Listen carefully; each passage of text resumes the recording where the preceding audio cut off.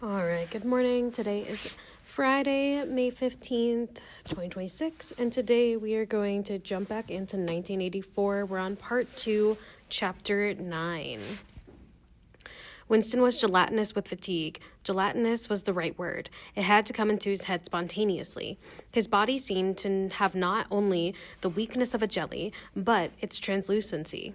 He felt that if he held up his hand, he would be able to see the light through it. All the blood and lymph had drained out of him by an enormous debauch of work, leaving only a frail structure of nerves, bones, and skin.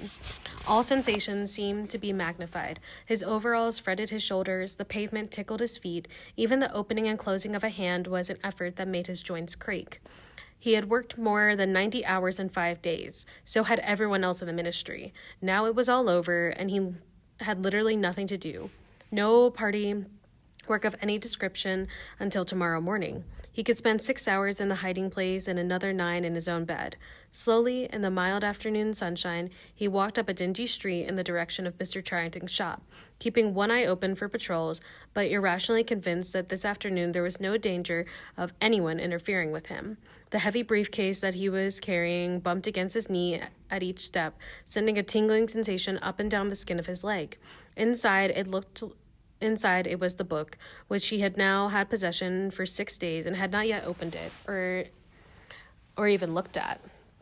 On the 6th day of Heat Week, after the processions, the speeches, the shouting, the singing, the banners, the posters, the films, the waxworks, and the rolling of drums and squealing trumpets, the tramp of marching feet, the grinding of caterpillars of tanks, the roar of massed planes, the booming of guns. After 6 days of this, when the great orgasm was quivering to its climax and the general hatred of Eurasia had boiled into such delirium that if the crowd could have gotten their hands on the 2,000 Eurasian war criminals who were to be publicly hanged on the last day of the proceedings, they would be unquestionably have torn them to pieces. But just as this moment had been announced that Oceania was not after... At just this moment, it had been announced that Oceania was not, after all, at war with Eurasia. Eurasia was at war with East Asia. Eurasia was an ally. There was, of course, no admission that any change had taken place. Merely it became known, with extreme suddenness and everywhere at once, that East Asia and not Eurasia was the enemy. Winston was taking part in the demonstration in one of the central London squares at the moment when it happened. It was night, and the white faces and the scarlet banners were luridly floodlit. The square was packed with several thousand people, including a block of about 1,000 school children in uniform of the spies. On a scarlet-draped platform, an orator of the inner party, a small, lean man with disproportionately long arms and a large, bald skull over which a few lank locks strangled, was haranguing the crowd. A little Rumpelstiltskin figure, contorted with hatred, he gripped the neck of the microphone with one hand, while the other, enormous at the end of a bony arm, clawed the air menacingly above his head. His voice, made metallic by the amplifiers, boomed forth an endless catalogue of atrocities, massacres, deportations, lootings, rapings, torture of prisoners, bombing of civilians, lying propaganda, unjust aggravations, broken treaties. It was almost impossible to listen to him without being first convinced and then maddened. At every few moments, the fury of the crowd boiled over, and the voice of the speaker was drowned by a wild beast-like roaring that rose uncontrollably from thousands of throats. The most savage yells of all came from the school children. The speech had been proceeding for perhaps 20 minutes when the messenger hurried on the platform and a scrap of paper was slipped into the speaker's hand. He unrolled it and read it without pausing in his speech. Nothing altered in his voice or manner, or in the content of which he was saying, but suddenly the names were different. Words said, a wave of understanding rippled through the crowd. Oceania was at war with East Asia. The next moment there was a tremendous commotion. The banners and posters at which the square was decorated were all wrong. Half of them had the wrong faces on them. It was sabotage. The agents of Goldstein's had been at work. There was a riotous interlude where posters were ripped from the walls, banners torn to shreds and trampled underfoot. The spies performed prodigies of activity in clambering over the rooftops and cutting the streamers that fluttered from the chimneys. But within 2 or 3 minutes, it was over. The orator, still gripping the neck of the microphone, his shoulders hunched forward, his free hand clawing in the air, had gone straight on with his speech. 1 minute more, and the feral roars of rage were again bursting from the crowd. The hate continued exactly as before, except the target had been changed. The thing that impressed Winston, in looking back, was that the speaker had switched from one line to the other, actually in mid-sentence, not only without a pause, but without even breaking the syntax. But at the moment, he had other things to preoccupy him. It was during the moment of disorder, while the posters were being torn down, that a man whose face he did not see had tapped him on the shoulder and said, "Excuse me, I think you've dropped your briefcase." He took the briefcase abstractedly, without speaking. He knew it would be days before he had the opportunity to look inside it. The instant that the demonstration was over, he went straight to the Ministry of Truth, though the time was now nearly 23 hours. The entire staff of the ministry had done likewise. The orders already issuing from the telescreen, recalling them on their posts, were hardly necessary. Oceania was at war with East Asia. Oceania has always been at war with East Asia. A large part of the political literature, 5 years now completely obsolete. Reports and records of all kinds, newspapers, books, pamphlets, films, soundtracks, photographs, all had to be rectified at lightning speed. Although no directive was ever issued, it was known that the chiefs of the department intended that within 1 week no reference to the war with Eurasia or the alliance with East Asia should remain in existence anywhere. The work was overwhelming, all the more so because the processes that it involved could not be called by their true names. Everyone in the records department worked 18 hours in 24, with 2-3 hour snatches of sleep. Mattresses were brought up from the cellars and pitched all over the corridors. Meals consisted of sandwiches and Victory coffee wheeled round on trolleys by attendants from the canteen. Each time that Winston broke off for one of his spells of sleep, he tried to leave his desk clear of work, and each time he crawled back, sticky-eyed and aching, it was to find that another shower of paper cylinders had covered the desk like snowdrift, half burying the speakwrite and overflowing onto the floor. So that was the first job, was always to stack them into a neat enough pile to give him room to work. What was worst of all was that the work was by no means purely mechanical. Often it was enough merely substitute one name for another, but any detailed report of events demanded care and imagination. Even the geographical knowledge that one needed to be in transferring the war from one part of the world to another was considerable. By the third day, his eyes ached unbearably and his spectacles needed wiping every few minutes. It was like struggling with some crushing physical task, something which one had the right to refuse and which one nevertheless neurotically anxious to accomplish. And so far, he had time to remember it. He was not troubled by the fact that every word he murmured into the speakwrite, every stroke of his ink pen, was a deliberate lie. He was as anxious as anyone in the department that forgery should be perfect. On the morning of the 6th day, the dribble of cylinders slowed down. For as much as half an hour, nothing came out of the tube. Then one more cylinder, then nothing more. Everywhere, at about the same time of the work was easing off. A deep and as it were secret sigh went through the department. A mighty deed, which could never be mentioned, had been achieved. It was now impossible for any human being to prove by documentary evidence that the war with Eurasia had ever happened. At 1200, it was unexpectedly announced that all the workers in the ministry were free till tomorrow morning. Winston, still carrying the briefcase containing the book, which had remained between his feet while he worked and under his body while he slept, went home. He shaved and almost fell asleep in his bath, although the water was barely more than tepid. With a sort of voluptuous creaking in his joints, he climbed the stairs above Mr. Charrington's shop. He was tired, but not sleepy any longer.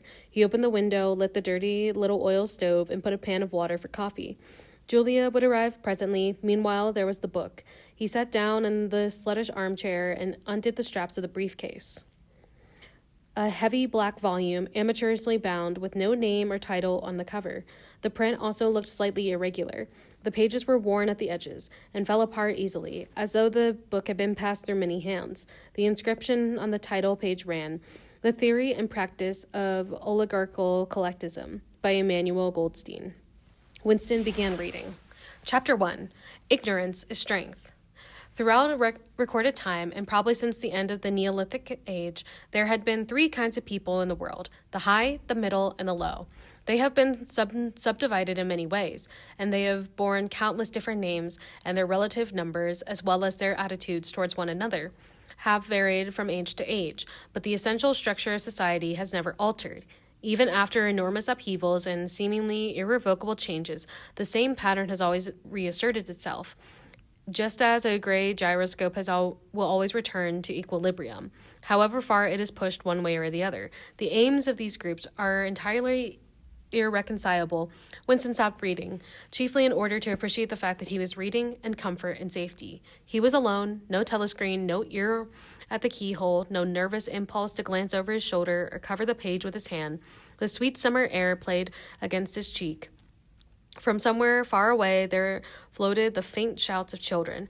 In the room itself there was no sound except for the insect voice of a clock. He settled deeper into the armchair and put his feet up on the fender. It was bliss. It was eternity. Suddenly, as one sometimes does with a book of which one knows that one will ultimately read and reread every word, he opened it at a different place and found himself at Chapter 3. He went on reading. Chapter 3. War is Peace. The splitting up of the world into three great superstates was an event which could be, and indeed was foreseen, before the middle of the 20th century. With the absorption of Europe by Russia and the British Empire by the United States, two of the three existing powers, Eurasia and Oceania, were already effectively in being. The third, East Asia, only emerged as a distinct unit after another decade of confused fighting. The frontiers between the three superstates are in some places arbitrary, and in others they fluctuate according to the fortunes of war, but in general they follow geographical lines. Eurasia comprises the whole of the northern part of the European and Asiatic landmass, from Portugal to the Bering Strait. Oceania comprises the Americas, the Atlantic islands, including the British Isles, Australasia, and the southern portion of Africa.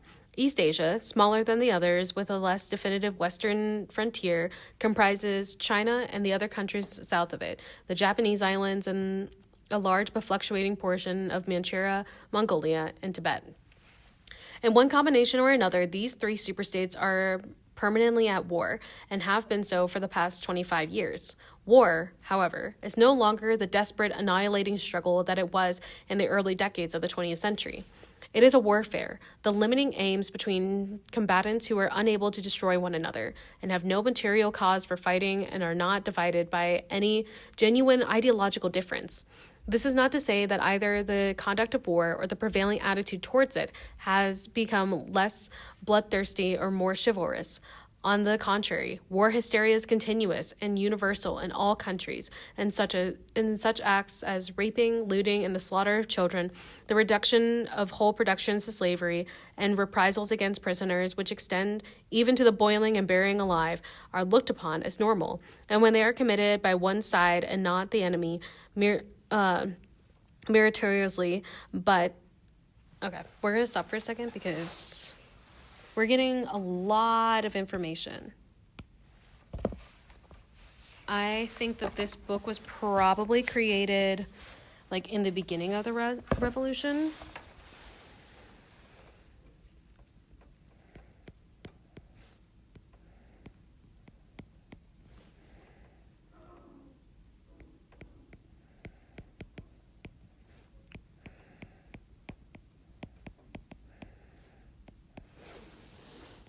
But all of this right here is the background information that we needed.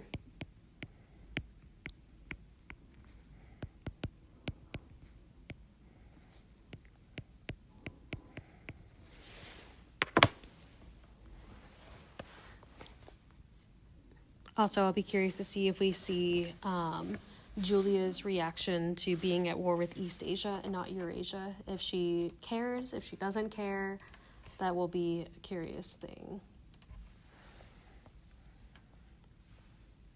But in a physical sense, war involves very small numbers of people, mostly highly trained specialists, and causes comparatively few casualties. The fighting, when there is any, takes place on the vague frontiers whose whereabouts the average man can only guess at, or around the floating fortress which guards strategic spots on the sea lands.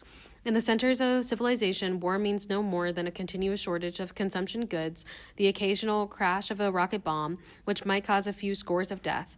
War has in fact changed its character. More exactly, the reason for which war is waged and have changed in order of importance.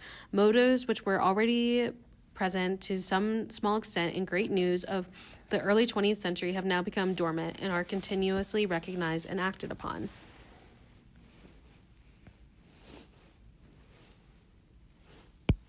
So this is kind of giving Winston like I totally relate to this. This is how I think of war. That there's shortage of, we don't have enough of this or enough of that. There's rocket bombs all over the Pearlstown area, and people die all the time in Oceania. Do you understand the nature of the present war? For in spite of regrouping, which occurs every few years, it is always the same war. One must realize in the first place that it is impossible for it to be decisive. None of the three superstates could be definitively conquered even by the other two in combination. They are too evenly matched, and their natural defenses are too formidable. Eurasia is protected by its vast land spaces, Oceania by width of the Atlantic and the Pacific, East Asia by the fecundity and industriousness of its inhabitants. Secondly, there is no longer, in material sense, anything to fight about. With the establishment of self-contained economies in which production and consumption are geared to one another, the scramble for markets, which was the main cause of the previous wars, has come to an end, while the competition for raw materials is no longer a matter of life and death. In any case, each of the three superstates is so vast that it can obtain almost all the materials that it needs within its own boundaries. Insofar as the war has direct economic purpose, it is a war for labor power. Between the frontiers of the superstates and not permanently in possession of any other, there lies a rough quadrilateral with its corners in Tangier, Brazzaville, Darwin, and Hong Kong, containing within it about a fifth of the population of the earth. It is for the possession of these thickly populated regions and the northern ice cap that the three powers are constantly struggling. In practice, no one power ever controls the whole world of the disputed In practice, no one power ever controls the whole of the disputed area. Portions of it constantly changing at hands, and it is the chance of seizing this or that fragment by a sudden stroke of treachery that dictates the endless change of alignment. All of the disputed territories contain valuable minerals, and some of them yield important vegetable products, such as rubber, which in the colder climates it is necessary to synthesize by comparatively expensive methods. But above all, they contain a bottomless reserve of cheap labor. Whatever power controls equatorial Africa, or countries of the Middle East, or South India, or Indonesia archipelago, disposes also the bodies of scores or hundreds of millions of ill-paid and hard-working coolies.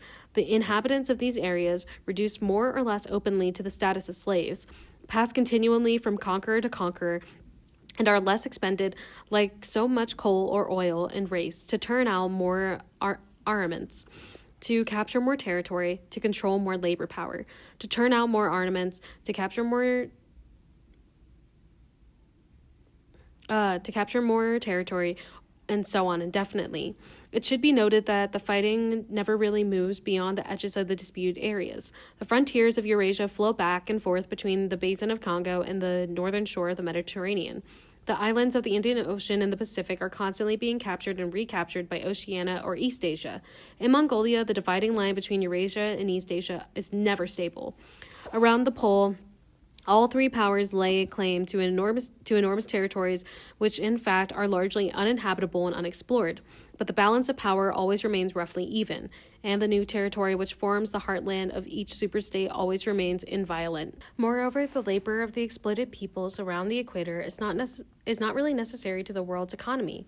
They add nothing to the wealth of the world, since whatever they produce is used for the purposes of war, and the object of waging a war is always to be in a better position in which to wage the war another way. By their labor, the slave populations allow the tempo of continuous warfare to be speeded up.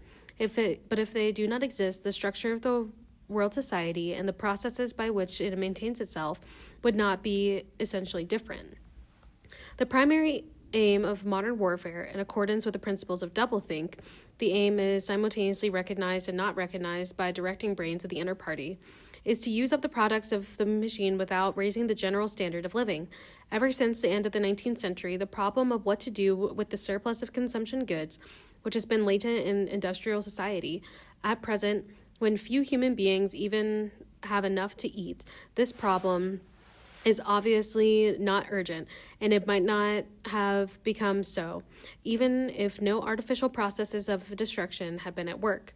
The world of today is bare. It's a bare, hungry, dilapidated place compared with the world that existed before 1914, and with much more, and still more, if compared with the imaginary future to which the people of that period looked forward. In the early 20th century, the vision of a future society unbelievably rich, leisured, orderly, and efficient, a glittering anti-spec world of glass and steel and snow-white concrete, was part of the consciousness of nearly every literate person. Science and technology were developing at a prodigious speed, and seemed natural to assume that they would go on developing. This failed to happen, partly because of the improvements caused by a long series of wars and revolutions, partly because scientific and technical progress depended on the empirical habit of thought, which could not survive in a strictly regimented society. As a whole, the world is more primitive today than it was 50 years ago. Certain backward areas have advanced, and various devices always in some way connected with warfare and police espionage had been developed. But experiment and invention had been largely stopped. The ravages of atomic war of the 1950s have never been fully repaired. So we get a better glimpse of what this book is trying to say, which is that it's an alternative reality.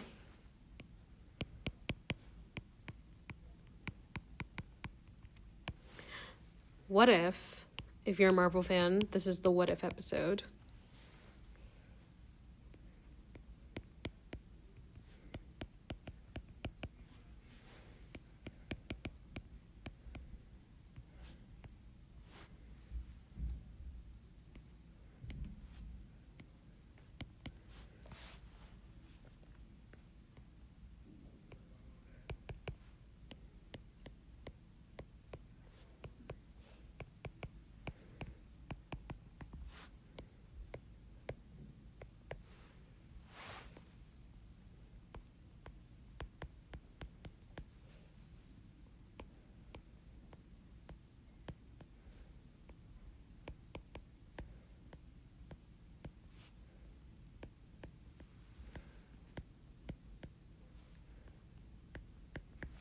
All right, so we're posing two questions here, and I'm going to go into this. I get to use my silly little degree for a second, so bear with me. The first one, what if scientific discovery and weapons of mass destruction, that's what WOMB stands for, weren't needed to inspire war? So when I was in my junior year of college, I read this great book called The World at Wars by James Stokesbury, and it made me realize that war is an necessary event. With the world wars, we can see that there was a lot of technological advances, which means that, it could be something as simple as the phone was being invented, or it could be something like, hey, we made mustard gas. But at the end of the day, Both world wars were caused by these technological advances in warfare and in general. And we had a lot of people in power who had an ego, and they wanted to put that ego to the test.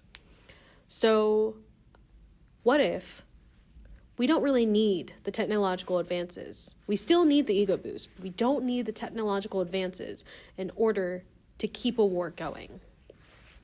Which I would argue that in our reality, we still need those technological advances because we see it continuously. We saw the trench warfare. We saw some machine guns, guerrilla warfare, drone attacks. Like the past 120 years, we've seen a lot of technological advances, and that's why there's like a compelling overarching feeling by leaders of the world to keep putting on war.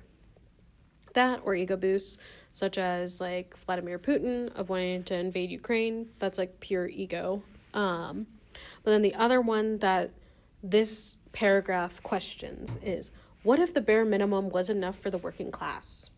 Now, you're probably thinking to yourself that the bare minimum is enough for the working class. However, we are thinking of the bare minimum in our society. It's that we have a phone, that we get to go to school every day, that we get 3 square meals a day, that we get this, that we get that. But what if we didn't get a choice in what our food was? But we just simply, let's say that you're just at school for 16 hours a day and you don't get a choice on what it is. You just get the food.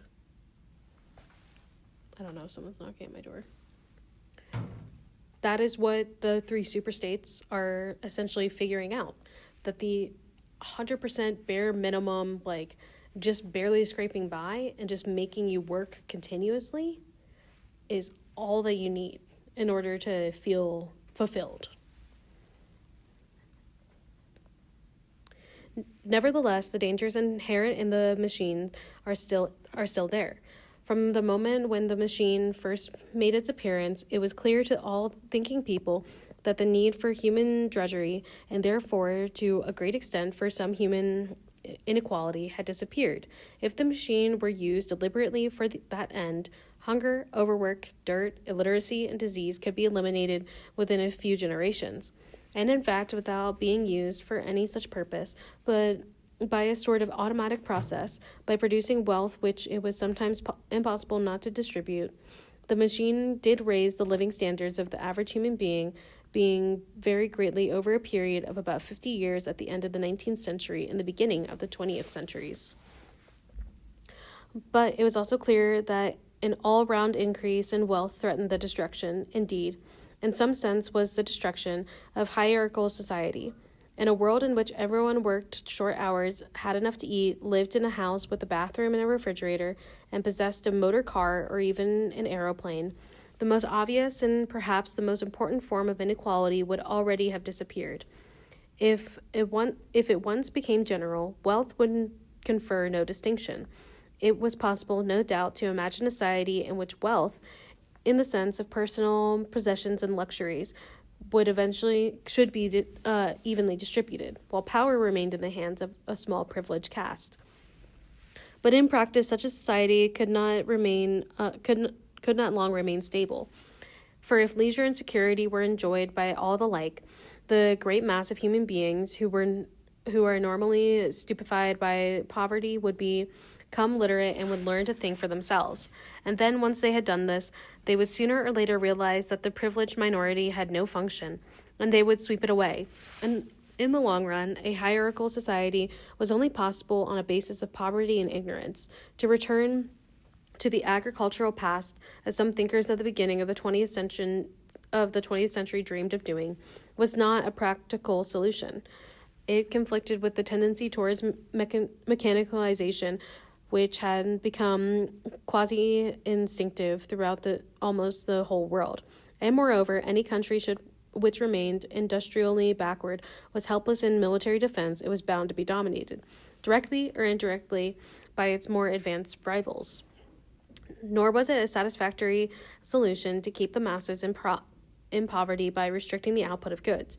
This happened to a great extent during the final phase of capitalism, roughly between 1920 and 1940. The economy of many countries was allowed to stagnate. Land went out of cultivation. Capital equipment was not added to. Great blocks of the population were prevented from working and kept half alive by state charity. But this, too, entailed military weakness, and since the pivotations it inflicted were obviously unnecessary, it made opposition inevitable. The problem was how to keep the wheels of the industry turning without increasing the real wealth of the world. Goods must be produced, but they must not be distributed. And in practice, the only way of achieving this was by continuous warfare. The essential act of war is destruction, not necessarily of human lives, but the products of human labor. War is a way of shattering to pieces, or pouring into the stratosphere, or sinking in the depths of the sea, materials which might otherwise be used to make the masses too comfortable, and hence, in the long run, too intelligent.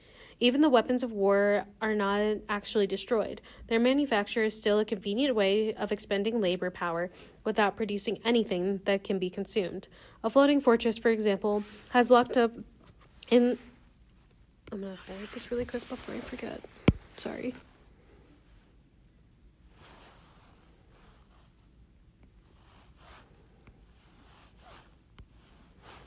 The floating fortress, for example, has locked up in it the labor that would build several hundred cargo ships. Ultimately, it is scraped as obsolete, never having brought any material benefit to anybody. And with further enormous labors, another floating fortress is built. The principle of war effort is always so planned as to eat up any surplus that might exist after meeting the bare needs of the population. In practice, the needs of the population are always underestimated, with the result that there is a chronic shortage of half the necessities of life. But this is to be looked on as an advantage. It is deliberate policy to keep even the favored groups somewhere near the brink of hardship, because in a general state of scarcity increases the importance of how small privileges and thus magnifies the distinction between one group and another. By the standards of the early 20th century, even a member of the inner party lives in austere, laborious kind of life. Nevertheless, the few luxuries that he does enjoy, his large, well-appointed flat, the better texture of his clothes, the better quality of his food and drink and tobacco, his 2 or 3 servants, his private motor car or helicopter, set him in a different world from a member of the outer party, and the members of the outer party have a similar advantage in comparison with submerged masses, whom we call the proles. The social atmosphere is that of a besieged city, where the possession of a lump of horseflesh makes the difference between wealth and poverty. And at the same time, the consciousness of being at war, therefore in danger, makes the handing over of all power to a small caste seems the natural, unavoidable condition of survival. War, it will be seen, accomplishes the necessary destruction, but accomplishes it in a psychologically acceptable way. In principle, it would be quite simple to waste the surplus labor of the world by building temples and pyramids, by digging holes and filling them up again, or even producing vast quantities of goods and then setting fire to them. But this would provide only the economic and not the emotional basis for the hierarchical society. What is connected here is not the morale of masses, whose attitude is unimportant so long as they are kept steadily at work, but the morale of the party itself. Even the humblest party member is expected to be competent, industrious, and even intelligent within narrow limits.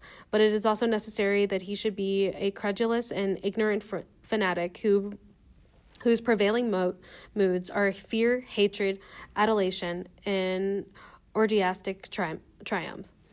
In other words, it is necessary that he should have the mentality appropriate to a state of war. It does not matter whether the war is actually happening. And, since no decisive victory is possible, it does not matter whether the war is going well or going badly. All that is needed is that a state of war should exist. The splitting of intelligence which the party requires of its members, and which more easily achieved in the atmosphere of war, is now almost universal, and the higher up and the higher up the rank one goes, the more marked it becomes. It is precisely in the inner party that war hysteria and hatred of the enemy are the strongest. In his capacity as an administrator, it is often necessary for a member of the inner party to know that this or that item of war is untruthful, and he may often be aware that the entire war is spurious and is either not happening or is being waged for purposes quite other than the declared ones. But such knowledge is easily neutralized of the technique of doublethink. Meanwhile, the no inner party wavers for an instant in his mystical belief that the war is real, and that it is bound to end victoriously, with Oceania in the undisputed master of the entire world. All members of the inner party believe in this coming conquest as an article of faith.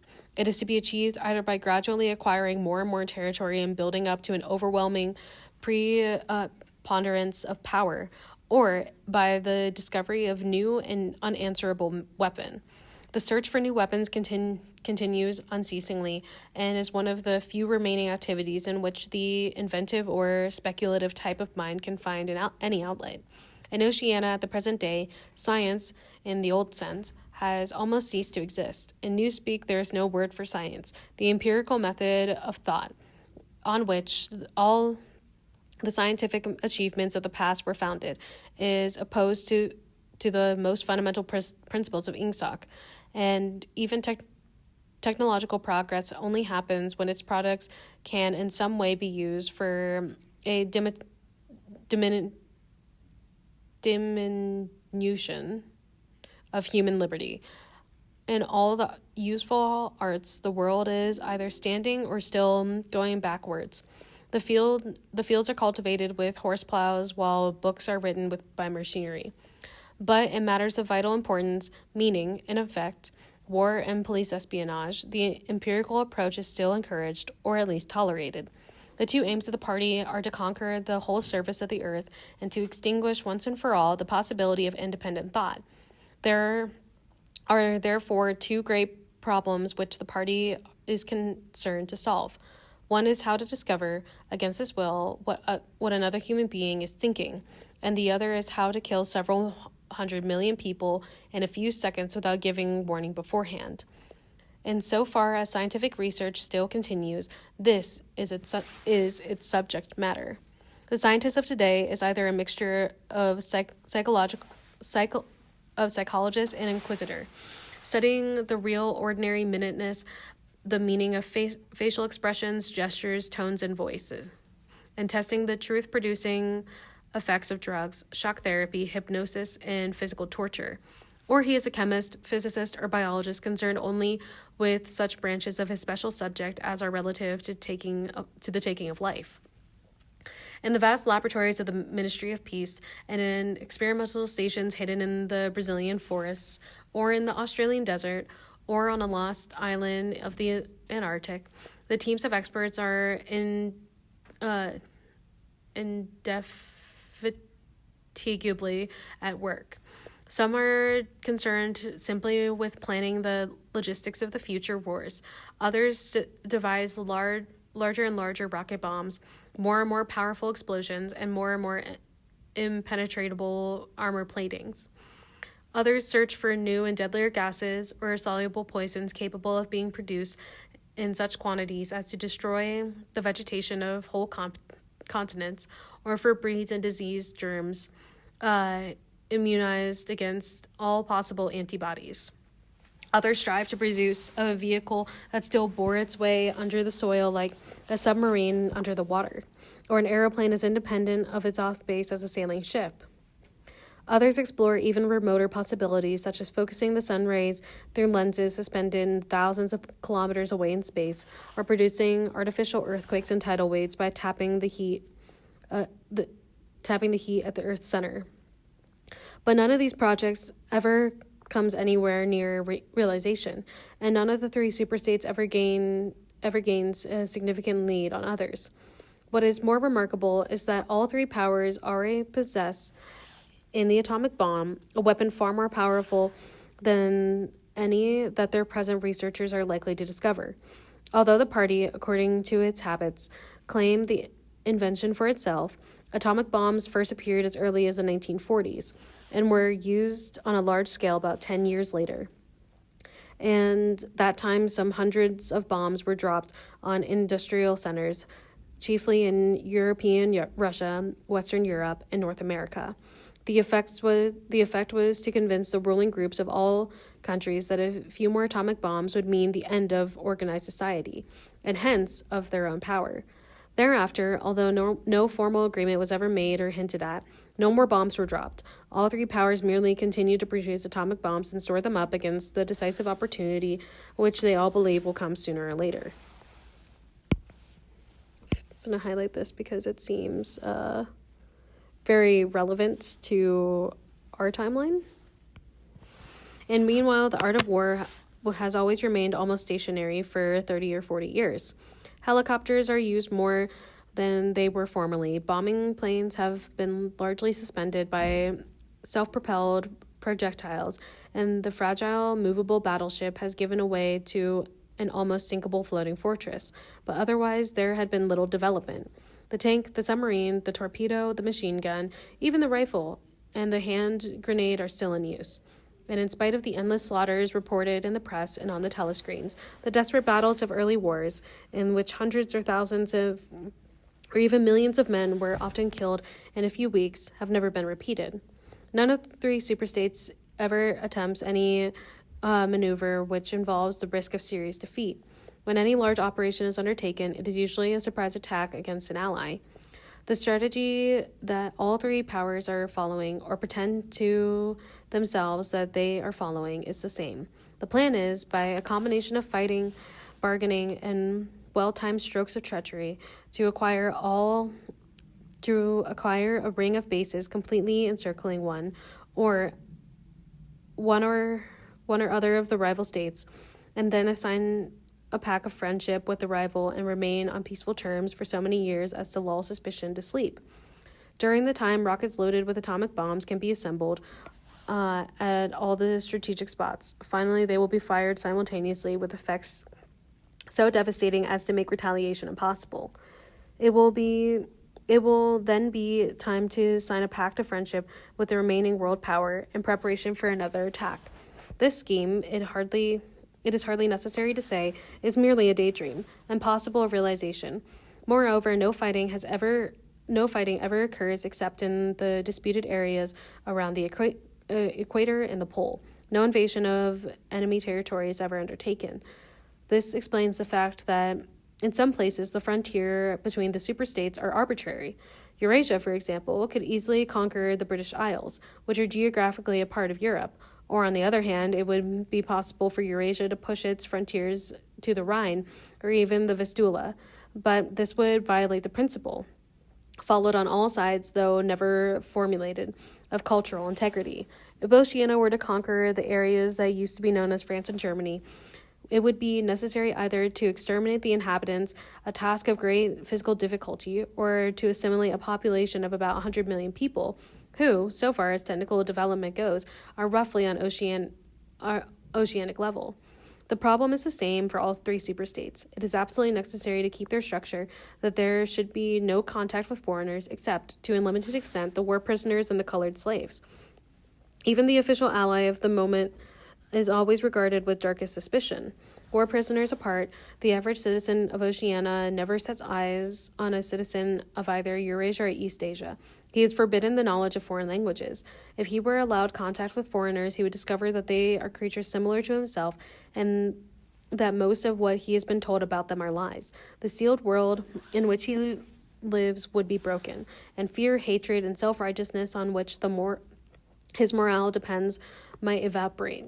It is therefore realized on all sides, however often Persia or Egypt or Java or Ceylon may change hands, the main frontiers must never cross by anything except bombs.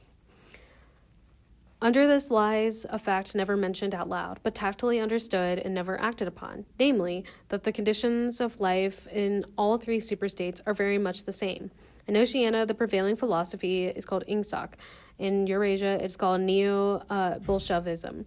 And in East Asia, it is called by a Chinese name usually translated as death worship, but perhaps better rendered as obliteration of the self.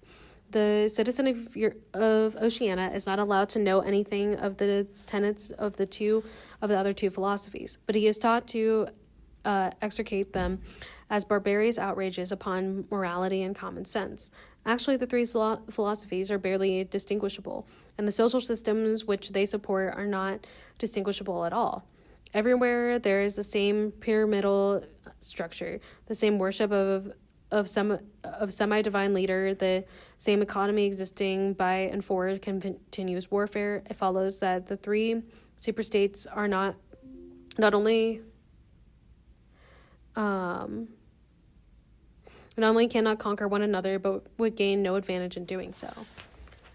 So I want to make a connection here that it seems like the philosophies could also be used as a metaphor for religion, because as humans, we have definitely gone to war about religion a multitude of times, yes, but I don't understand, even through all my studies, of why we keep going to war over religion when it's all the same thing, essentially, just like a few variations in between. On the contrary, so long as they remember the conflict, they prop one another up like three sheaves of a corn. And as usual, the ruling class of the three powers are simultaneously aware and unaware of what they are doing. Their lives are dedicated to world conquest, but they also know it is necessary that the war should continue everlasting and without victory. Meanwhile, the fact is, there is no danger of conquest makes possible the denial of reality, which is a special feature of Ingsoc and its rival systems of thought. Here it is necessary to repeat what has been said earlier, that by becoming continuous war has fundamentally changed its character. In the past ages, a war, almost by definition, was something that sooner or later came to an end, usually an unmistakable victory or defeat. In the past, also, war was one of the main instruments by which human societies were kept in touch with physical reality. All rulers in all ages have tried to impose a false view of the world upon their followers, but they could not afford to encourage any illusion intended to impair military efficiency. So long as defeat meant the loss of independence or some other result generally led to be undesirable, the precautions against defeat had to be serious. Physical facts could not be ignored. In philosophy or religion or ethics or politics, 2 and 2 might make 5, but when one was designing a gun or an airplane they had to make 4. Inefficient nations were always conquered sooner or later, and the struggle for efficiency was inimitable as illusions. Moreover, to be efficient was necessary to be able to learn from the past, which meant having a fairly accurate idea of what happened in the past. Newspapers and history books were, of course, always colored and biased, but falsification of any kind that was practiced today would have been impossible. War was a sure safeguard for sanity, and so far as the ruling classes were connected, it was probably the most important of all the safeguards. While wars could be won or lost, no ruling class could be completely irresponsible. But when war becomes literally continuous, it also ceases to be dangerous. When war is continuous, there is no such thing as military necessity. Technical progress can cease, and the most palpable facts can be denied or disregarded. As we have seen, researches that could be called scientific are still carried out for the purposes of war, but they are essentially kind of daydreaming. And their failure to show results is not important. Efficiency, even military efficiency, is no longer needed. Nothing is efficient in Oceania except the thought police. Since each of the three superstates is unconquerable, each is in effect a separate universe within which almost any perversion of thought can be safely practiced.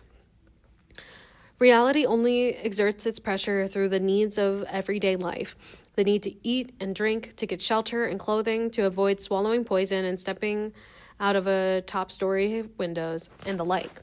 Between life and death, the physical pleasure and physical pain, there is still a distinction, but that is all. Cut off contact Cut off from contact with the outer world and with the past, the citizen of Oceania is like a man in interstellar space who has no way of knowing which direction is up and which is down. The rulers of such a state are absolute, as pharaohs or the Caesars could not be. They are obliged to prevent their followers from starving to death in numbers large enough to be inconvenient, and they are obliged to remain at the same low level of military technique as their rivals. But once that minimum is achieved, they can twist reality in whatever shape they choose. The war, therefore, if we judge it by the standards of previous wars, is merely an imposture. It is like the battles between certain ruminant animals whose horns are set at such an angle that they are incapable of hurting one another. But though it is unreal, it is not meaningless. It eats up the surplus of consumable goods and helps preserve the special mental atmosphere that hierarchical society needs. War, it will be seen, is now a purely internal affair. In the past, the ruling groups of all countries, although they might recognize their common interests and therefore limit the destructiveness of war, did fight against one another, and the victor was always plundered and vanquished. In our own day, they are not fighting against one another. The war is waged by each ruling group against its own subjects, and the object of war is not to make or prevent conquest of territory, but to keep the structure of society intact. The very word war, therefore, has become misleading. It would probably be accurate to say that by becoming continuous war has ceased to exist. The peculiar pressure that it is exerted on human beings between the Neolithic age and the early 20th century has disappeared and has been replaced with something quite different. The effect would be much the same if the three superstates, instead of fighting one another, should agree to live in perpetual peace, each inviolate within its own boundaries. For in that case, each would still be a self-contained universe, freed forever from the sobering influence of external danger. A peace that was truly permanent, that would be the same as a permanent war.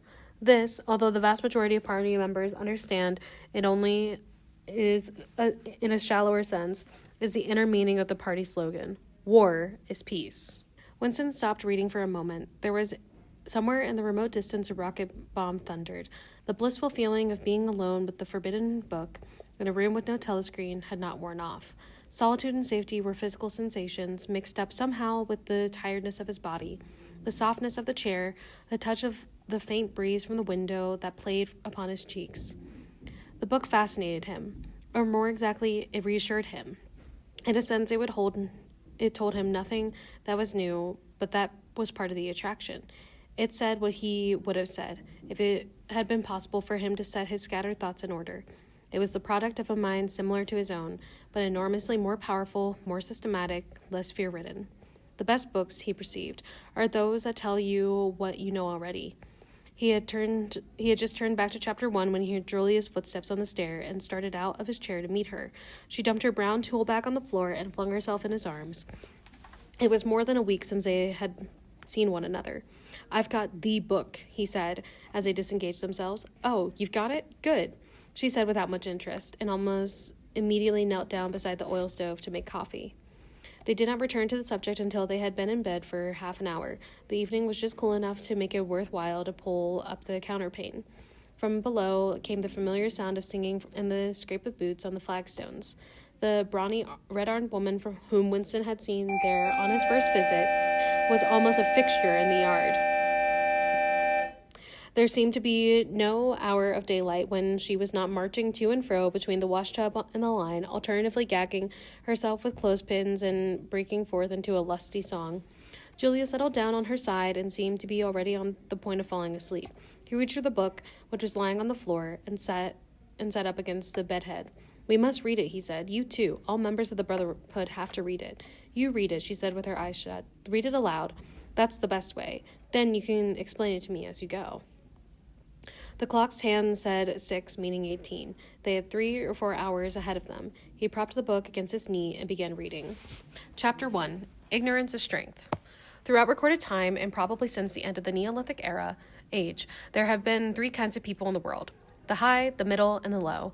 They have been subsided in many ways, and they have borne countless different names in their relatives' numbers, as well as their attitudes towards one another. varied from age to age, but the essential structure of society has never altered.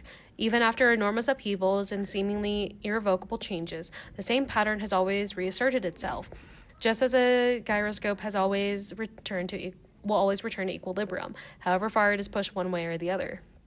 Julia, are you awake? Said Winston. Yes, my love, I'm listening. Go on, it's marvelous. He continued reading. The aim of these three groups are entirely inconceivable. The aim of the high is to remain where they are. The aim of the middle is to change places with the high. The aim of the low, when they have an aim, for it is an abiding characteristic of the low that they are too much crushed by the drudgery to be more than intermittently conscious of anything outside of their daily lives, is to abolish all distinctions and create society in which all men shall be equal. Thus, throughout history, a struggle which is the same in its main outlines recurs over and over again.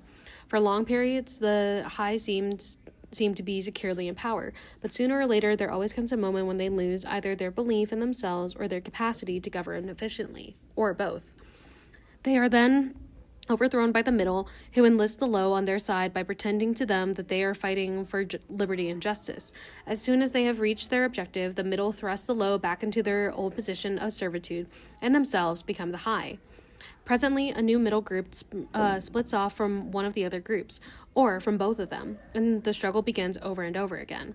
Of the three groups, only the low are ever seen temporarily successful in achieving their aims.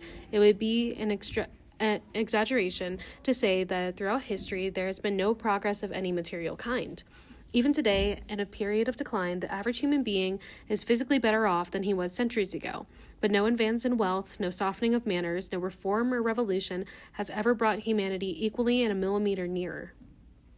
From the point of view of the low, no historic change has ever meant much more than a change in the name of their masters. By the late 19th century, the reoccurrence of this pattern had become obvious to so many observers.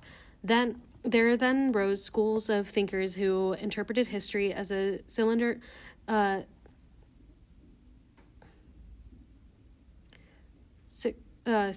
cyclical process that claimed to show that inequality was the unalterable law of human life.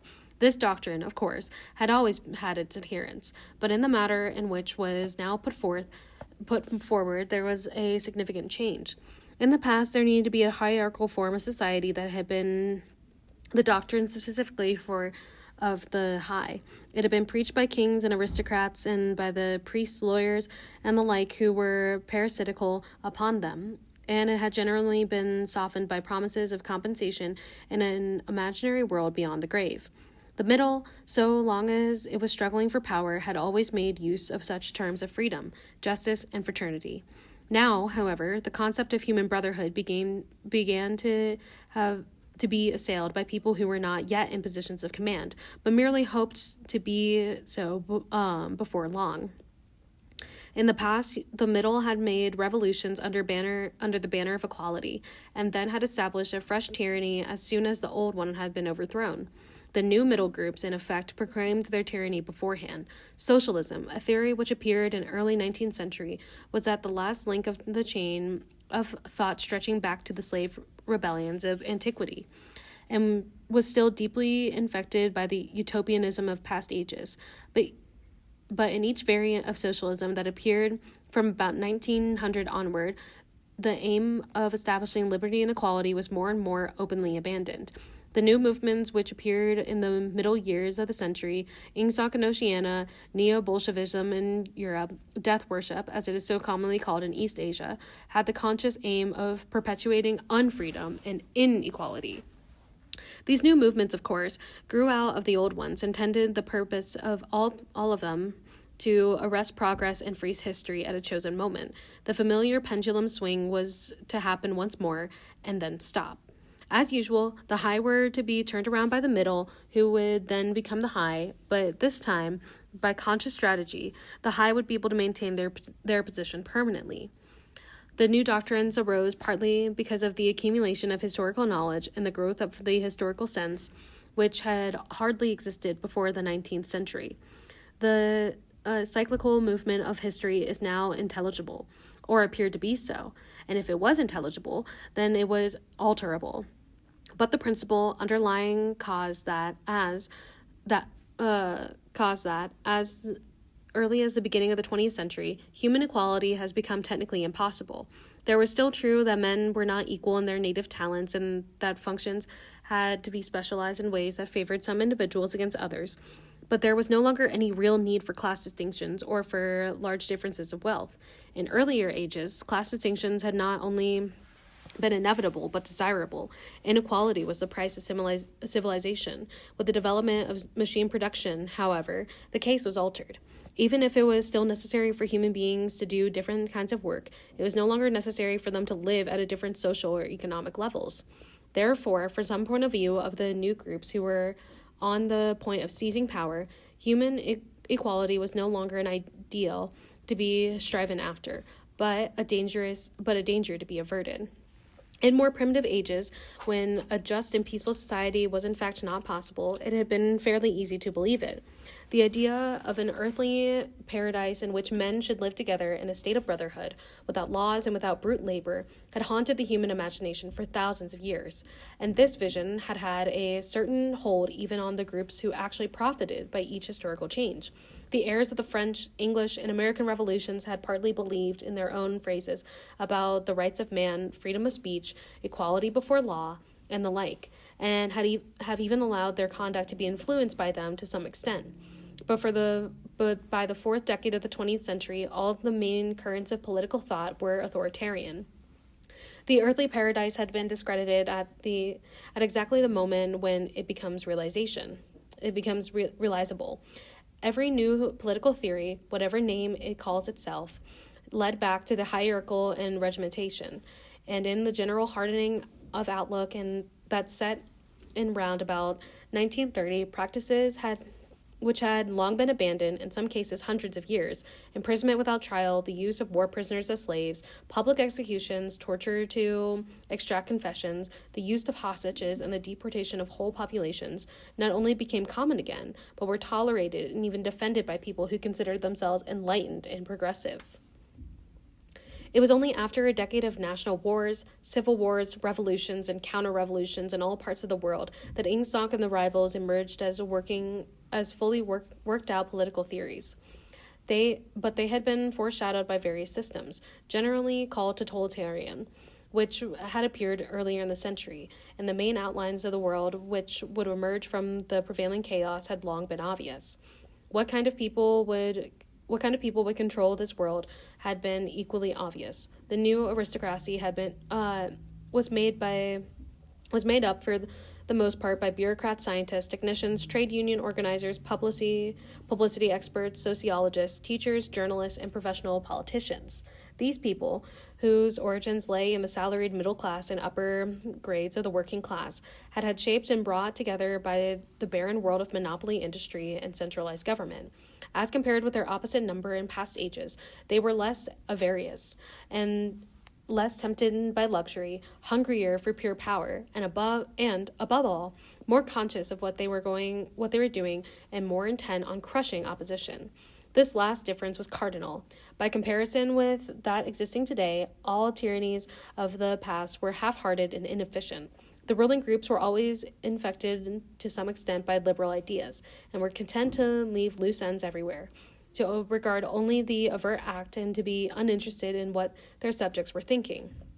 Even the Catholic Church of the Middle Ages were tolerant by modern standards. Part of the reason for this was that in the past, no government had the power to keep its citizens under constant surveillance. The invention of print, however, made it easier to manipulate public opinion, and the film and the radio carried the process further. With the development of the television and the technical advance which made it possible to receive and transmit simultaneously on the same instrument, private life came to an end. Every citizen, or at least every citizen important enough to be worth watching, could be kept for 24 hours a day under the eyes of the police and the sound of official propaganda, and with other channels of communication closed. The possibility of enforcing not only complete obedience to the will of the state, but complete uniformity of opinion on on all subjects now existed for the first time. After the revolutionary periods of the 50s and 60s, society regrouped itself, as always, into high, middle, and low. But the new high group, unlike its forerunners, did not act upon the distinct instinct, but knew what was needed to safeguard its position.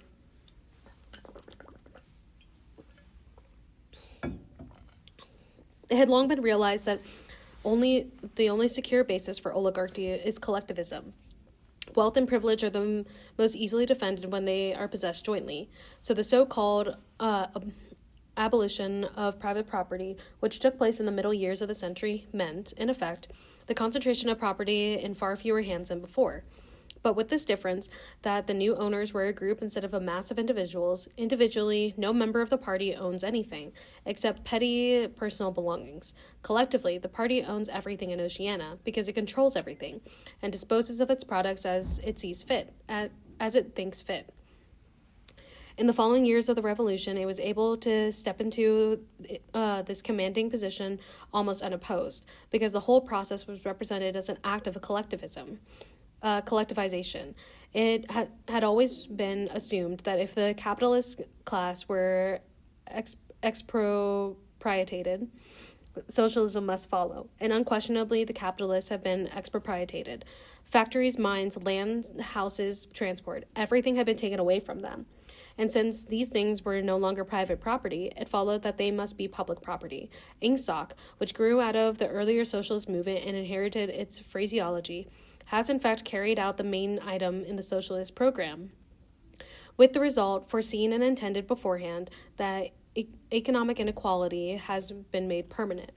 But the problems of perpetuating a hierarchical society go deeper than this. There are only 4 ways in which a ruling group can fall from power. Either it is conquered from without, or it governs so inefficiently that the masses are stirred to revolt. Or it allows a strong, discontented middle group to come into being, or it loses its own self-confidence and willingness to govern. These causes do not operate singly. And as a rule, all 4 of them are present in some degree.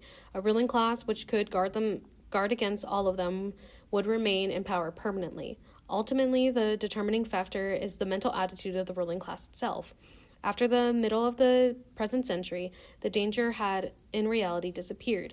Each of the 3 powers which now divide the world is in fact unconquerable, and could only become conquerable through slow demographic changes which a government with wide powers can easily avert. The second danger, also, is only a theoretical one. The masses never revolt on their own accord, and they never revolt merely because they are oppressed. Indeed, so long as they are not permitted to have standards of comparison, they never even become aware that they are being oppressed. The recurrent economic crisis of the past times were totally unnecessary and are not now permitted to happen. But other and equally large dislocations can and do happen without having political returns, because there is no way in which discontent can become articulate. As for the problem of overproduction, which has been latent in our society since the development of machine technique, it is solved by the device of continuous warfare. See Chapter 3, which is also useful in keying up public morale to the necessary pitch. From the point of view of our present rulers, therefore, the only genuine dangers are splitting off of a new group of able, underemployed, power-hungry people, and the growth of liberalism and skepticism in their own ranks. The problem, that is to say, is educational. It is a problem of continuously molding the consciousness of both the directing group and of the larger executive group that lies immediately below it. The consciousness of the masses needs only to be influenced in a negative way. Given this background, one can infer, if it didn't already know it already, the general structure of oceanic society. At the apex of the pyramid comes Big Brother. Big Brother is infallible and all-powerful. Every success, every achievement, every victory, every scientific discovery, all knowledge, all wisdom, all happiness, all virtue are held to issue directly from his leadership and inspiration. No one has ever seen Big Brother. He is a face on the hoardings, a voice on the telescreen. We may be reasonably sure that he will never die, and there is also considerable uncertainty as to when he was born. Big Brother is the guise in which the party chooses to exhibit itself in the world. His function is to act as a focusing point for love, fear, and reverence, emotions which are more easily felt toward an individual than towards an organization. Below Big Brother comes the inner party. Its numbers limited to 6 million, or something less than 2% of the population of Oceania. Below the inner party comes the outer party, which, if the inner party is described as the brain of the state, may be justly likened to the hands. Below that are the dumb masses, whom we habitually refer to as the proles, numbering perhaps 85% of the population. In terms of our earlier classification, the proles are the low, for the slave population and of the equatorial lands, who pass constantly from conqueror to conqueror and are not a permanent or necessary part of the structure. In principle, membership of these three groups is not hereditary. The child of inner party parents, is in theory not born into the inner party. Admission to either branch of the party is by examination, taken at the age of 16. Nor is there any racial discrimination or any marked demotion of one province by another. Jews, Negroes, South Americans, and pure Indian blood are to be found in the highest ranks of the party, and the administrators of any area are always drawn from the inhabitants of that area. In no part of Oceania do inhabitants have the feeling that they are a colonial population ruled from a distant capital. Oceania has no capital, and its titular head is a person whose whereabouts nobody knows, except that English is a chief lingua franca, and Newspeak its official language. It is not centralized in any way. Its rulers are not held together by blood ties, but by adherence to a common doctrine. It is true that our society is stratified, and very rigidly stratified, on what at first sight appear to be hereditary lines. It is far less to and fro movement between the different groups than happened under capitalism or even the pre-industrial age. Between the two branches of the party, there is a certain amount of interchange, but only so much as to ensure that the weaklings are excluded from the inner party and that the ambitious members in the outer party are made harmless by allowing them to rise. Proletarians, in practice, are not allowed to graduate into the party. The most gifted among them, who might possibly become nuclei of discontent, are simply marked down by the thought police and eliminated. But this state of affairs is not necessarily permanent, nor is it a matter of principle. The party is not a class in the old sense of the word. It does not aim at transmitting power into its own children. As such, and if there were no other way of keeping the ablest people at the top, it would be perfectly prepared to recruit an entire new generation from the ranks of the proletarian. In the crucial years, the fact that the party was not a hereditary body did a great deal to neutralize opposition.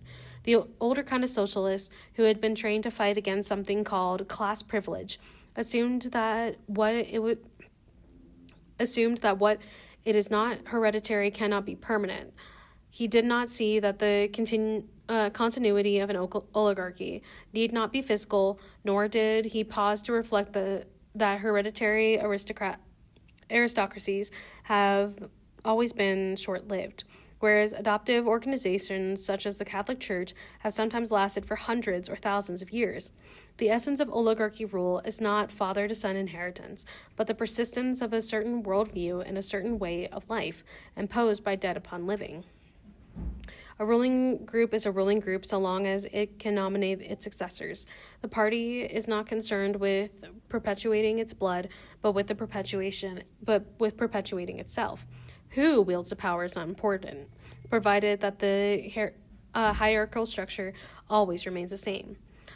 All above the beliefs, habits, tastes, emotions, mental attitudes that characterize our time are really designed to sustain the mystique of the party and prevent the true nature of present-day society from being perceived. Physical rebellion, or any preliminary move towards rebellion, is at present not possible. For proletarians From the proletarians, nothing is to be feared. Left to themselves, they continue from generation to generation and from century to century, working, breeding, and dying. Not only without any impulse to rebel, but without the power of grasping that the world could be another way than it is.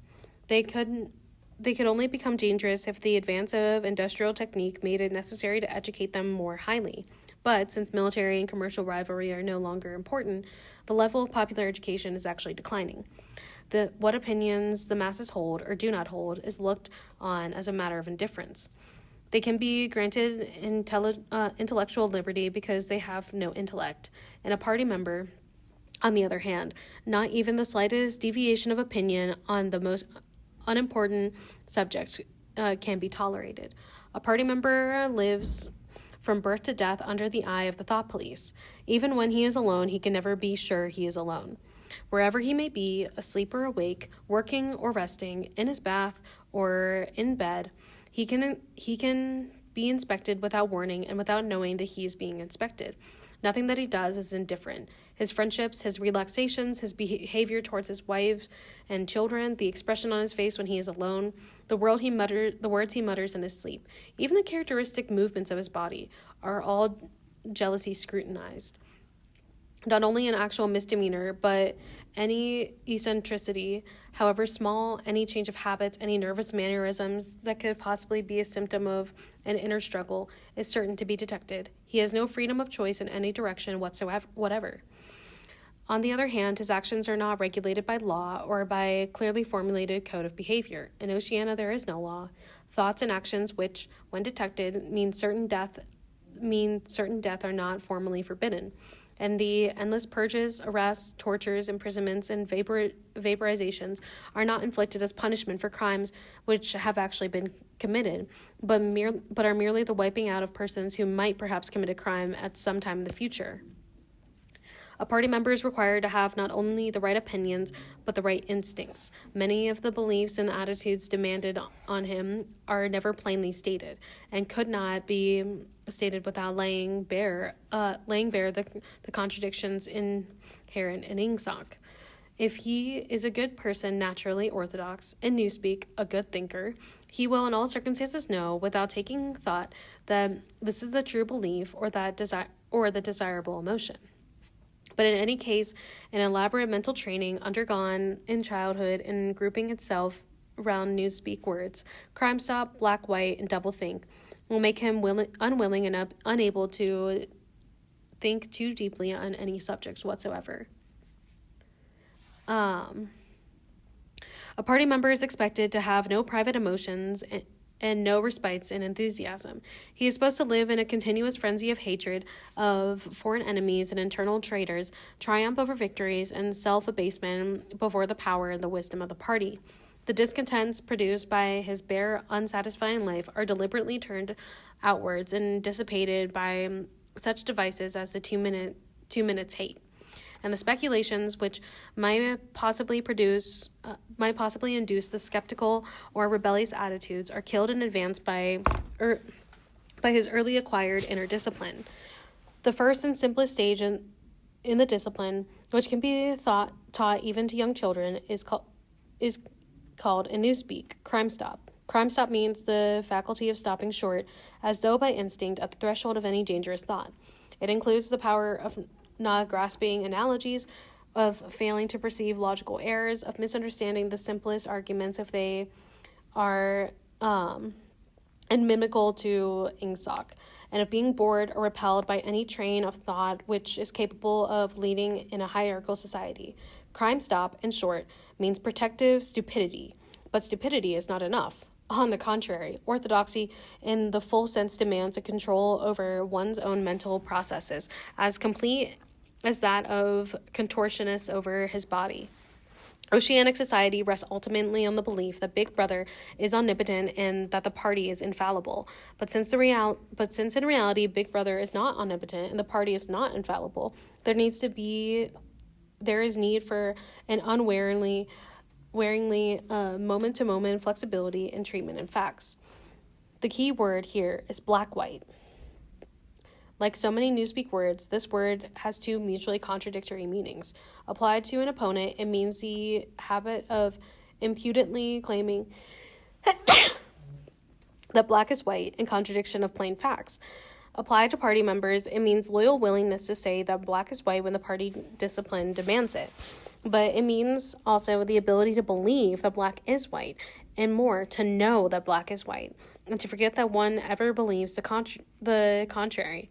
The demands of continuous alteration of the past, made possible by the system of thought which really embraces all the rest, which is known in Newspeak as doublethink.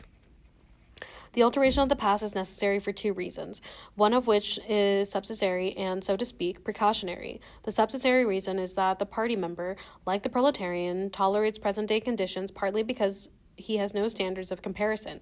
He must be cut off from the past, just as he must be cut off from foreign countries, because it is necessary for him to believe that he is better off than his ancestors, and that the average level of material comfort is constantly rising. But by the more important reason for the readjustment of the past, it is a need to safeguard the infallibility of the party. It is not merely the speeches, statistics, and records of every kind must be constantly brought up to date in order to show that the predictions of the party were in all cases right, but it is also that no change in the doctrine or in political alignment can ever be admitted. For to change one's mind, or even one's policy, it's a confession of weakness. If, for example, Eurasia or East Asia, whichever it may be, is the enemy today, then that country must always have been the enemy. If the facts say otherwise, then the facts must be altered. Thus, history is continuously rewritten. This day-to-day falsification of the past, carried out by the Ministry of Truth, is as necessary to the stability of the regime as the work of repression and espionage carried out by the Ministry of Love. The mutability of the past is the central tenet of Ingsoc. Past events, it is argued, have no objective existence, but survive only in written words and in human memories. The past is whatever the records and memories agreed upon. And since the party is in full control of all records and equally full control of the minds of its members, it follows that the past is whatever the party chooses it to make. It also follows that though the past is alterable, it has never been altered in any specific instance. For when it has been recreated in whatever shape it needs to be in the moment, then this new version is the past, and no different past can have existed. This holds good even when, as often happens, the same event has to be altered out of the recognition several times in the course of a year. At all times, the party is in possession of absolute truth, and clearly the absolute can never have any different from what it is now. It will be seen that the control of the past depends above all the training of memory. To make sure that all written records agree with the orthodoxy of the moment is merely a mechanical act. But it is also necessary to remember that events happened in the desired manner. Even if it is necessary to rearrange one's memories or to tamper with written records, then it is necessary to forget that one had done so. The trick of doing this can be learned like any other mental technique. It is learned by the majority of the party members, and certainly by those who are intelligent as well as orthodox. In old speak, it is called, quite frankly, reality control. In new speak, it is called doublethink, though doublethink comprises much else as well.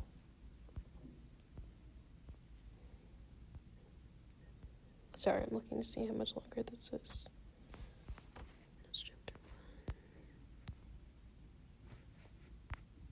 Okay, we still got a little bit. Doublethink means the power of holding two contradictory beliefs in one's mind simultaneously and accepting both of them. The party intellectual knows in which direction his memories must be altered. He therefore knows that he is playing tricks with reality, but by exercise of doublethink he also satisfies himself that the reality is not violated. The process has to be conscious, or it would not be carried out with sufficient precision. But it also has to be unconscious, or it would bring up with the feeling of falsity and hence guilt. Doublethink lies at the very heart of Ingsank. And since the essential act of the party is to use conscious deception while retaining the firmness of purposes that go with complete honesty, to tell deliberate lies while genuinely believing in them, to forget any part has become inconvenient, and then, when it becomes necessary again, to draw it back from oblivion for just so long as it needed, to deny the existence of object reality, and all the while take account the reality which one denies. All of this indispensably necessary. Even in using the word doublethink, it is necessary to exercise doublethink. For using the word admits that one is tampering with reality, but a fresh act of doublethink one erases this knowledge, and so on indefinitely. With the lie always one leap one ahead of the truth. Ultimately, it is by means of doublethink that the party is able, and may, for all we know, continue to be able for thousands of years to arrest the course of history. All the past oligarchies have fallen from power either because they ossified or because they grew soft.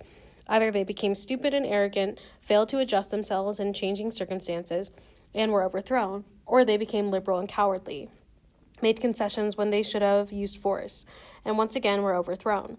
They fell, that is to say, either through consciousness or through unconsciousness. It is the achievement of the inner party to have produced a system of thought in which both conditions can exist simultaneously, and upon no other intellectual basis could the dominion of the party be made permanent. If one is to rule, and to continue ruling, one must be able to dislocate the sense of reality, for the secret of the rulership is to combine the belief that in one's own infallibility with the power to learn from past mistakes. It need hardly be said that the sublest practitioners of doublethink are those who invent doublethink and know it is a vast system of mental cheating. In our society, those who have the best knowledge of what is happening are also those who are furthest from seeing the world as it is. In general, the greater the understanding, the greater the delusion, the more intelligent, the less sane. One clear illustration of this is the fact that the war hysteria increases in intensity as one rises in the social scale. Those whose attitude toward the war is almost nearly irrational are the subject peoples of the disputed territories. To these people, the war is simply a continuous calamity which sweeps to and fro over their bodies like a tidal wave. Which side is winning is a matter of complete indifference to them. They are aware that a change in overlordship means simply that they will be doing the same work as before for new masters who treat them in the same manner as the old ones. The slightly more favored workers, whom we call the proles, are only intermittently conscious of war. When it is necessary, they can be prodded into frenzies of fear and hatred, but when left to themselves, they are capable of forgetting for long periods of time that the war is happening. It is in the ranks of the party, and above all of the middle of the inner party, that the true war enthusiasm can be found. World conquest is believed to be firmly by those who know it to be impossible. This peculiar linking together of opposites, knowledge with ignorance, cynicism with fanaticism, is one of the chief distinguishing marks of oceanic society. The official ideology abounds the contradictions even when there is no practical reason for them. Thus, the party rejects and vilifies every principle for which the socialist movement originally stood, and chooses to do this in the name of socialism. It preaches a contempt for the working class unexampled for centuries past, and addresses its members in a uniform which at one point, peculiar to manual workers, was adopted for that reason. It systematically undermines the solitary of the family and calls its leader by a name which is a direct appeal to sentiment of family loyalty. Even the names of the four ministries by which we are governed exhibit a sort of impudence in their deliberate reversal of facts. The Ministry of Peace concerns itself with war, the Ministry of Truth with lies, the Ministry of Love with torture, and the Ministry of Plenty with starvation. These contradictions are not accidental, nor do they result from ordinary hypocrisy. They are deliberate exercises of doublethink, for it is only by reconciling contradictions that power can be retained indefinitely, and no other way could the ancient cycle be broken. If human equality is to be ever averted, if the high, as we have called them, are to keep their places permanently, then the prevailing mental condition must be controlled insanity. But there is one question which until this moment we have almost ignored. It is, why? Why should human equality be averted? Supposing that the mechanics of the process have been rightly described, what is the motive for this huge, accurately planned effort to freeze history at a peculiar moment of time? Here we reach the central secret. As we have seen, the mystique of the party, and above all the inner party, depends upon doublethink.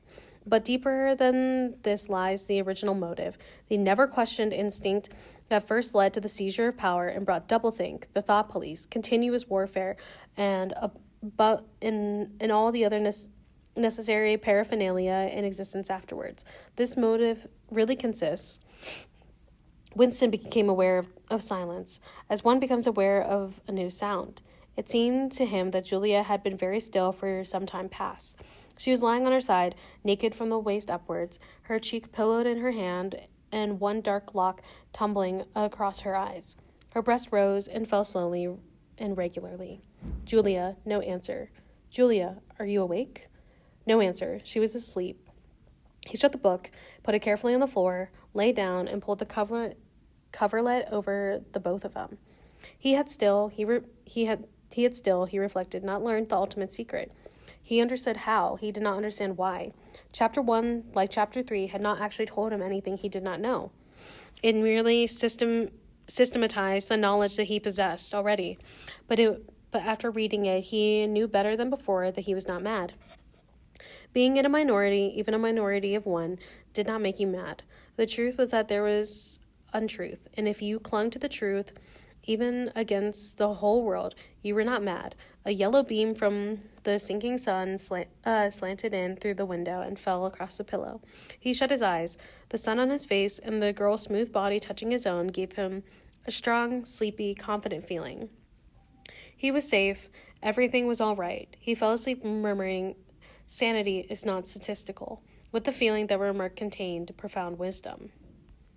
When he woke, it was the sensation of having slept for a long time, but at a glance the old-fashioned clock told him it was only 20:30. He lay dozing for a while, then the usual deep-lunged singing struck up the yard below. It was only an hopeless fantasy.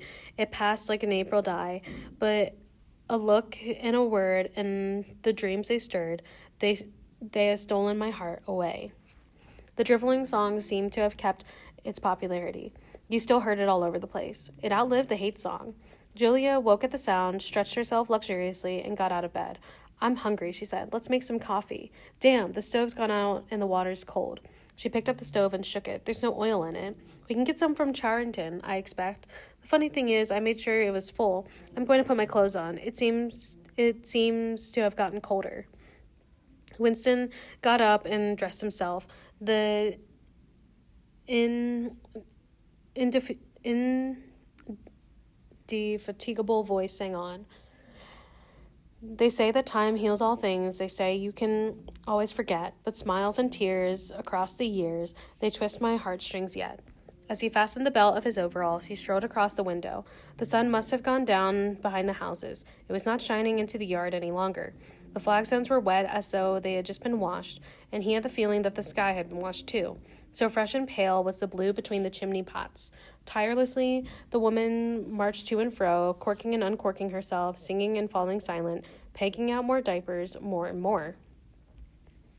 He wondered whether she took in washing for a living or was merely a slave of 20 or 30 grandchildren. Julia had come across to his side. Together they gazed down with a sort of fascination at the sturdy figure below. As he looked at the woman in her characteristic attitude, her thick arms reaching up for the line, her powerful, mare-like buttocks protruded, it struck him for the first time that she was beautiful. It had never occurred to him that the body of a woman of 50, blown up to monstrous dimensions by childbearing, had hardened, roughened by work until it was coarse in the grain, like an overall ripe turnip, could be beautiful. But it was so, and after all, he thought, why not?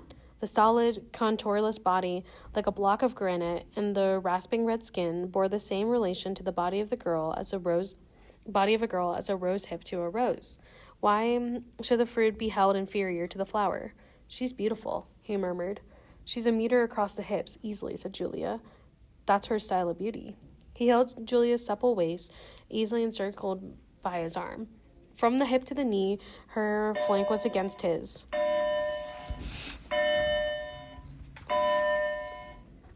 Where was I?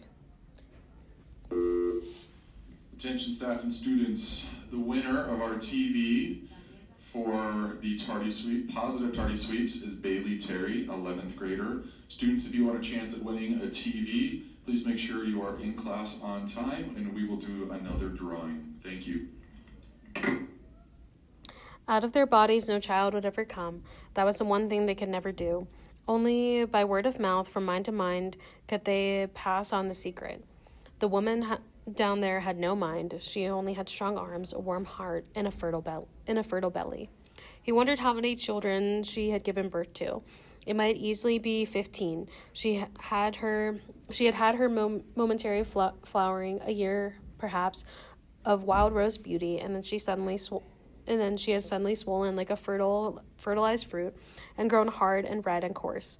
And then her life had been laundering, scrubbing, darning, cooking, sweeping, polishing, mending, scrubbing, laundering, first for children, then for grandchildren, over 30 unbroken years. At the end of it, she was still singing. A mystical reverence that he felt for her was somehow mixed with the aspect of pale, cloudless skies stretching away behind the chimney pots into interminable distance. It was curious to think that the sky was the same for everybody, in Eurasia or Asia as well as here. And the people under the sky, who were also very much the same everywhere, all over the world, hundreds of thousands of millions of people, just like this, were people ignorant of one's existence, held apart by walls of hatred and lies, and yet almost exactly the same. The people who had never learned to think, but who were storing up in their hearts and bellies and muscles the power that would one day overturn the world. If there was hope, it lay with the proles. Without having to read the end of the book, he knew that it must be Goldstein's final message. The future belonged to the proles, and could he be sure that when their time came, the world they construct would not just be as alien to him, Winston Smith, as the world of the party? Yes, because at the very least, it would be the world of sanity. Where there is equality, there can be sanity. Sooner or later, it would happen. Strength would change into consciousness.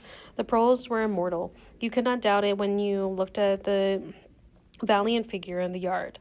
In the end, their awakening would come. And until that happened, though it might be thousands of years, they would stay alive against all odds, like birds passing on from one body to the vitality which the party did not share and could not kill. Do you remember, he said, the thrush that sang to us that first day at the edge of the wood? He wasn't singing to us, said Julia. He was singing to please himself. Not even that. He was just singing. The birds sang, the proles sang, the party did not sing. All around the world, in London and New York, in Africa and Brazil, and in the mysterious forbidden lands beyond the frontiers, in the streets of Paris, Berlin, in the villages of the endless Russian plain, and in the bazaars of China and Japan, everywhere stood in the same stolid, unconquerable figure, made monstrous by work and childbearing, toiling from birth to death and still singing. Out of these mighty loins, a race of conscious being must one day come. You were the dead. Theirs was the future, but you could share in the future if you kept alive the mind as they kept alive the body, and passed on the street the secret doctrine that 2 + 2 makes 4. We are dead, said Julia. We are dead, echoed Julia dutifully. You are You are the dead," said an iron voice behind him. They sprang apart. Winston's entrails seemed to have turned into ice. He could see all white around the irises of Julia's eyes. Her face had turned a milky yellow. The smear of rouge that was still on the cheekbone stood out sharply, as though unconnected to the skin beneath. "You were dead," repeated the iron. "It was behind the picture." "It was behind the picture," said the voice. "Remain exactly where you are. Make no movements until you are ordered." It was starting at last. They could not do nothing except gazing into one's eyes, to run for life, to get out of the house before it was too late. No such thought occurred to them. Unthinkable to disobey the iron voice from the wall. There was a snap as though a catch had been turned back, and a crash of breaking glass. The picture had fallen to the floor, uncovering a telescreen behind it. "Now they can see us. Now we can see you," said the voice. "Stand out in the middle of the room. Stand back to back. Clasp your hands behind your heads. Do not touch one another." They were not touching, but it seemed to him that he could feel Julia's body shaking, or perhaps it was merely the shaking of his own. He could not stop his teeth from chattering, but his knees were beyond his control. There was a sound of trampling boots below, inside the house and outside. The yard seemed to be full of men. Something was being dragged across the stones. The woman's singing had stopped abruptly. There was a long rolling clang, as though the washtub had been flung across the yard, and then a confusion of angry shouts, which ended in a yell of pain. "The house is surrounded," said Winston. "The house is surrounded," said the voice. Here Julia snapped her teeth together. "I suppose we may as well say goodbye," she said. "You may as well say goodbye," said the voice. And then quite another different voice, a thin, cultivated voice, which Winston had the impression of having heard before, struck in. "And by the way, while we are on the subject, here comes a candle to light you to bed. Here comes a chopper to chop off your head." Something crashed on the bed behind Winston's back. The head of the ladder, which had been thrust through the window and had burst in the frame. Someone was climbing through the window. There was a stampede of boots upstairs. The room was full of solid men in black uniforms, with iron-shod boots on their feet and truncheons in their hands. Winston was not trembling any longer. Even his eyes, he barely moved. One thing alone mattered: to keep still, and not give them an excuse to hate you. A man with a smooth prize fighter's jowl, in which the mouth was only a slit paused opposite him, balancing his truncheon mediatively between thumb and forefinger. Winston met his eyes. The feeling of nakedness, with one's hands behind one's head and one's face and body all exposed, was almost unbearable. The man protruded the tip of the white tongue, licked the place where his lips should have been, and then passed on. There was another crash. Someone had picked up the glass paperweight from the table and smashed it to pieces on the hearthstone. The fragment of the coral, the tiny crinkle of pink, like a sugar rose bud from a cake, rolled across the mat. How small, thought Winston, how small it really was. There was a gasp and a thump behind him, and he received a violent kick on the ankle, which nearly flung him off balance. One of the men smashed his fist into Julia's solar plexus, doubling her up like a pocket ruler. She was thrashing about on the floor, fighting for breath. Winston not dared to turn his head, even by a millimeter, but sometimes her livid, gasping face came within an angle of his vision. Even in his terror, it was as though he could feel the pain in his own body, the deadly pain, which nevertheless was less urgent than the struggle to get back her breath. He knew what it was like, the terrible, agonizing pain which there was all the while, but could not be suffered yet, because before all else it was necessary to be able to breathe. Then two of the men hoisted her by knees and shoulders and carried her out the room like a sack. Winston had a glimpse of her face, upside down, yellow and contorted, with eyes shut, and still with a smear of rouge on either cheek. And that was the last he saw her. He stood dead still. No one had hit him yet. Thoughts which came out of their own accord, but seemed totally uninteresting, began to flit through his mind. He wondered whether they got Mr. Charrington. He wondered what they had done to the woman in the yard. He noticed that he badly wanted to urinate, and felt a faint surprise because he had done so only 2 or 3 hours ago. He noticed that the clock on the mantelpiece said 9, meaning 21. But the light seemed too strong. Would not the light be fading at 21 hours on an August evening, he wondered whether Olive, after all, he and Julia had mistaken the time, had slept the clock round and thought it was 20:30 when it really ought to be 8:30 the following morning. But he did not pursue the thought any further. It was not interesting. There was another step, a lighter step and passage. Mr. Charrington came into the room. The demeanor of the black uniformed men suddenly became more subdued. Something had also changed in Mr. Charrington's appearance. His eye fell on the fragments of the glass paperweight. Pick up those pieces, he said sharply. A man stooped to obey. The Cockney accent had appeared. Winston suddenly realized whose voice it was he had heard a few moments on the telescreen. Mr. Charrington was still wearing his old velvet jacket, but his hair, which had been almost white, turned black. He was also not wearing his spectacles. He gave Winston a single sharp glance, as though verifying his identity, and then paid no more attention to him. He was still recognizable, but he was not the same person any longer. His body had straightened and seemed to have gotten bigger. His face has undergone only tiny changes, and that had nevertheless worked by complete transformation. The black eyebrows were less bushy, the wrinkles were gone, the whole lines of the face seemed to have altered. Even the nose seemed shorter. It was the alert, cold face of a man about 35. It occurred to Winston that for the first time in his life he was looking with knowledge at a member of the thought police. And that is the end of part 2.